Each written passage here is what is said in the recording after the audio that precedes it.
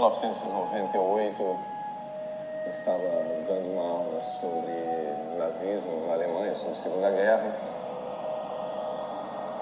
E uma aluna disse que na fazenda da família, numa casa que tinha sido demolida, foram descobertos uma série de tijolos com o símbolo que eu estava mostrando para eles sobre o nazismo, o símbolo da suástica. Eu assisti, meu filho entrou no quarto e falou assim: mãe, por que você assiste essas coisas tristes? Né? Que ele viu assim que eu fiquei muito abalada mesmo, assim, porque mexe na ferida da gente, dispara uma série de sensações assim traumáticas mesmo que o racismo nos impõe. Aquela sensação do nó na garganta, porque a questão do racismo estrutural a gente tem discutido muito na escola entre os professores e os estudantes do Fundamental 2.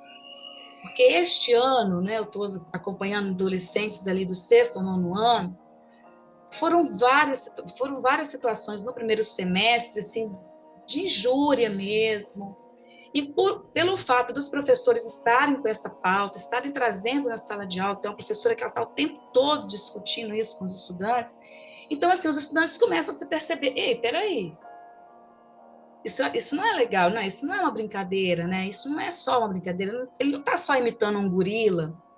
Então, é uma temática que está assim, muito latente, está muito forte ali nesse primeiro semestre.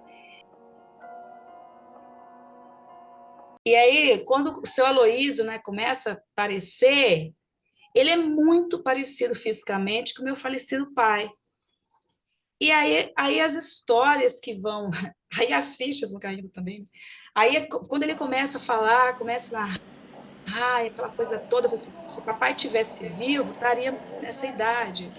Seu Aloísio foi um dos meninos órfãos retirados em 1933 do orfanato Romão de Matos Duarte, no Rio de Janeiro.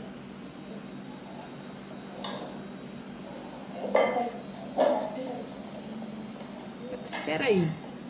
No meio de uma aula, né, a aluna disse, ei, peraí, isso é comum, tá lá na fazenda onde eu moro, tem esses movimentos que vão acontecendo na escola, que estão acontecendo, que precisam ainda acontecer na escola, eles vão realmente, assim, nos fortalecendo enquanto sujeitos, enquanto mulheres pretas, enquanto professoras pretas. Dois episódios que a gente tem acompanhado na escola são contra professoras pretas. Um professor preto, uma professora preta. No cotidiano vai aparecendo isso, aparece o tempo todo, e quando a gente abre a roda e começa a falar disso, a gente precisa falar, você vai percebendo que vai formando uma cadeia discursiva mesmo, entre os estudantes, entre os professores, e a coisa vai ganhando muita força. É uma frase, né, que fala no texto, como as obras de arte sejam como experiência de eternidade, porque tem a imanência de uma vida. Um currículo assim jamais deixa o solo, mas ele se torna leve. Me fez lembrar, né, logo quando eu entrei na faculdade, e a professora me pediu que a gente fizesse, né, um puxado histórico nosso. Quando eu me deparei com a história de minha avó negra, que nasceu no ano de 1876, alguma coisa assim, 70, e ela morreu com 106 anos, então eu consegui conhecê-la ainda.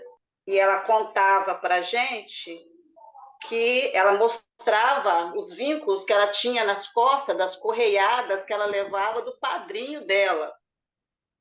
E aí eu comecei a fazer uma ligação com o que eu aprendia na sala de aula, né, de histórias, depois, quando eu estava na faculdade. O filme me fez lembrar a história de minha mãe e de meu pai, que são daquela época, né, de nascer naquela época de 20 e 1930. E muita coisa que eu vi ali eram coisas que eles contavam, né? Da questão da falta de dignidade e da falta de respeito ao que eles eram, como era normatizado as crueldades da época. Muitas coisas que aconteceram no decorrer da minha vida, que o estudo, para mim, fez sentido quando o currículo se aproximou daquela problemática e da minha história. Aí eu comecei a sentir mais vontade de aprender. Então, eu, como professora, eu sempre procurei trazer essa questão do cotidiano da criança, né, do adulto, que eu já trabalhei também no EJA, para que aquele momento do currículo não fosse somente um ensinar, mas que fosse um aprender junto. Como que é importante, né, quando a gente não vê o currículo só como um grupo de conteúdos ou um grupo de saberes que vem de cima para baixo, mas que a gente consegue fazer, juntar essas duas coisas, né? O currículo escrito e o currículo vivido. O texto me provoca muito quando ele diz que o currículo é a arte do encontro e da composição, né? Foge de todas as concepções de documento oficial, enfim, é a arte do encontro, né? E abre mesmo muitas possibilidades, né, para as pesquisas dos cotidianos, para lidar, para fazer esses encontros. O filme traz um pouco essa história, né? Quando ele fala, o pesquisador fala que o Brasil é o segundo país de nazistas, né, a gente leva um susto, né? E tem uma frase que abre o filme: na fina camada entre memória e esquecimento, por vezes o que se revela desconcertante e assustador é o presente. Então, assim, essa frase, para mim, traduz o que a gente está vivendo, né? E a negação dessa história, uma história que a gente não, é uma história que não foi contada, é uma história que foi vivida por muitos, como vocês relataram.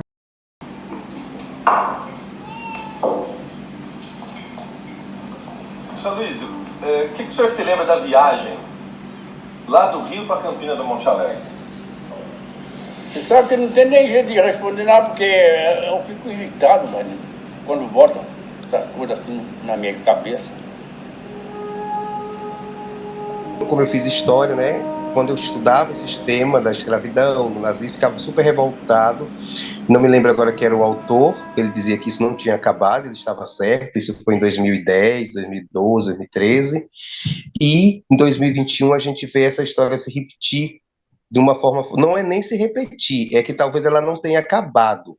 Os momentos e os instantes da história que vão, em algum momento, sendo suprimido ou abafado, porque ele estava, era um grito na garganta da extrema-direita, dos opressores, eles estavam aí, como disse Cici Bittencourt, né, nossa classe, nossa elite, ela é uma das mais perversas, porque ela detém o poder e ela está sempre no poder.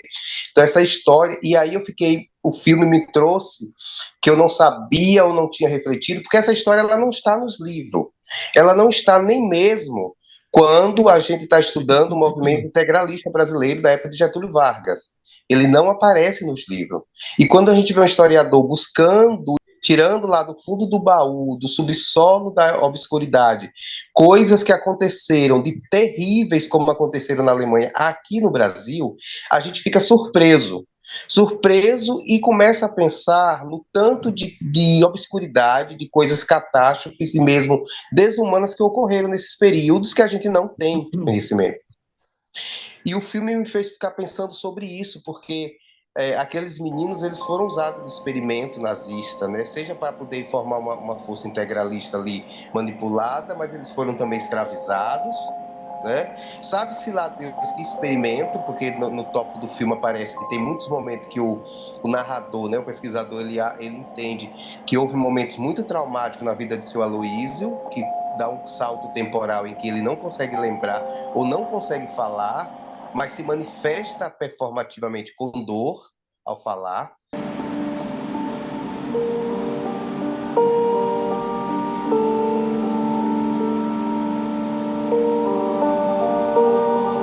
Bicicleta, patinete, essas coisas.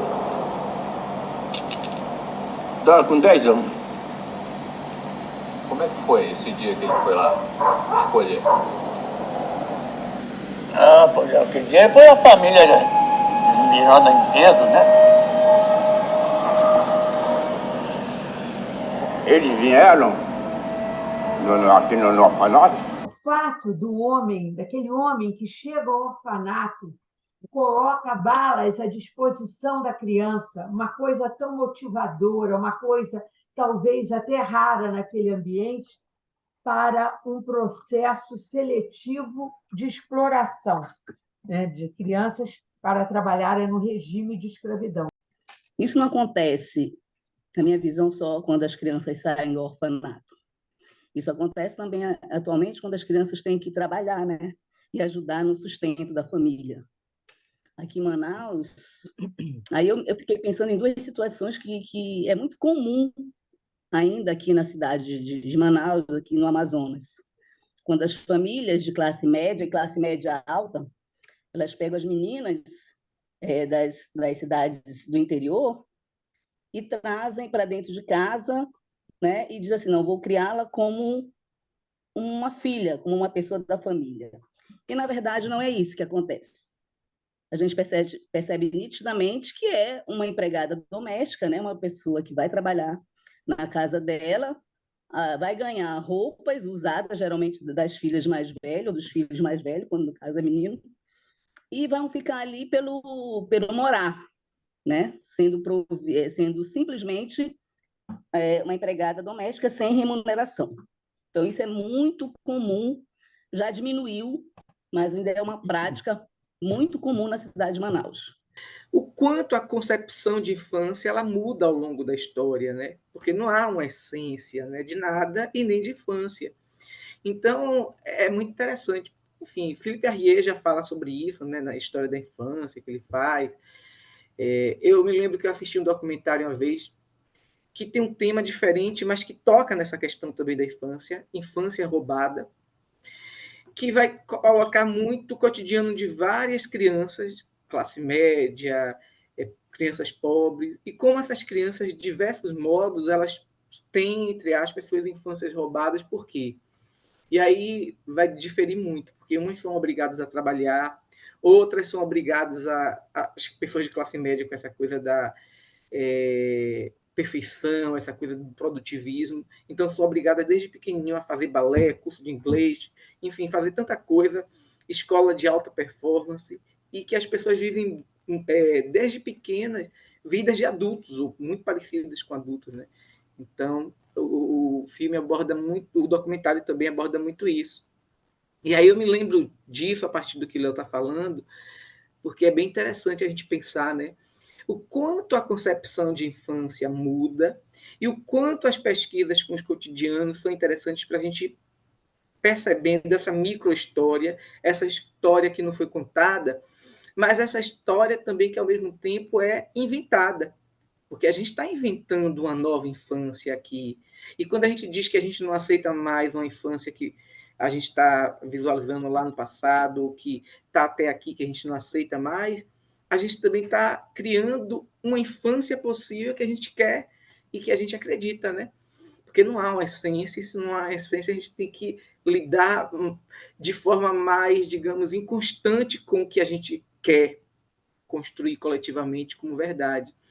Então, é mais difícil, mas é interessante a gente pensar essa coisa da importância da criatividade, da invenção, do que também a gente pode inventar de tolerável e de não tolerável. E jogar um punhado de palha assim, espalmar lá.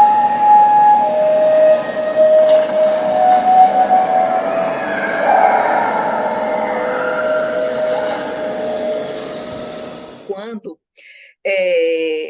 o homem branco chega, né, e chega e joga um quantitativo de bombons, né, no chão para fazer a seleção das crianças, né? As crianças pegam os bombons e aí eu fiquei imaginando, né?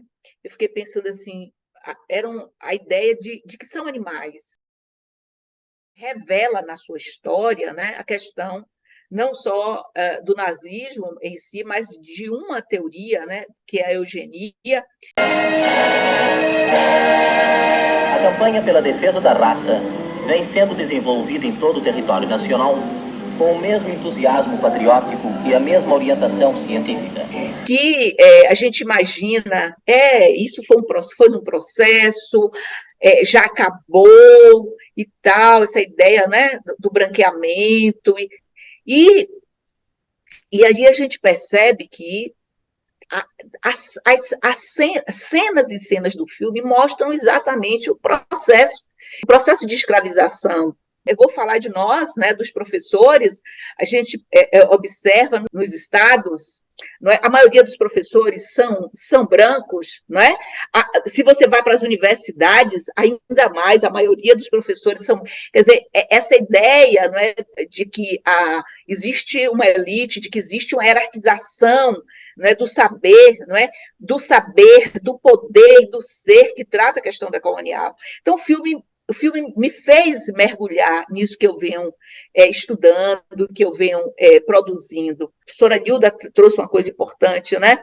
Os espaços existem e nós podemos, sim, buscar novas histórias. Nós próprios e próprias somos fruto dessas histórias, não é? Eu acho que, por exemplo, eu, particularmente, né? Eu morava numa casinha muito, muito humilde, né, de periferia e tal, e tinha uma casa maior, grande na frente, em que eu ficava ali, era minha madrinha, e eu ficava fazendo as coisas, eu achava aquilo maravilhoso, não é? Eu achava aquilo porque eu estava sendo protegida ali e tal, mas na verdade eu estava fazendo um trabalho, eu era criança, eu tinha 7 ou 8 anos, e eu estava cuidando botando os netos da minha madrinha no colo, eu estava fazendo, quer dizer, eu não estava recebendo nada, o momento que eu tinha para brincar, eu não estava brincando, né? Então eu estudava à noite escondido da minha mãe, porque a minha mãe não queria que eu estudasse, minha mãe queria que eu trabalhasse, e com razão, ela tinha razão, porque como meu pai fugiu, eu tinha que ajudar ela, ainda pequena, né? Então essas histórias, elas contam, elas revelam, não é?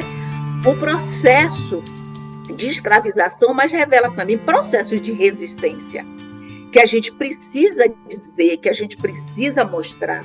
Então, esses relatos, esses documentários, esses relatos de pessoas pretas, de mulheres pretas, de homens pretos, não é?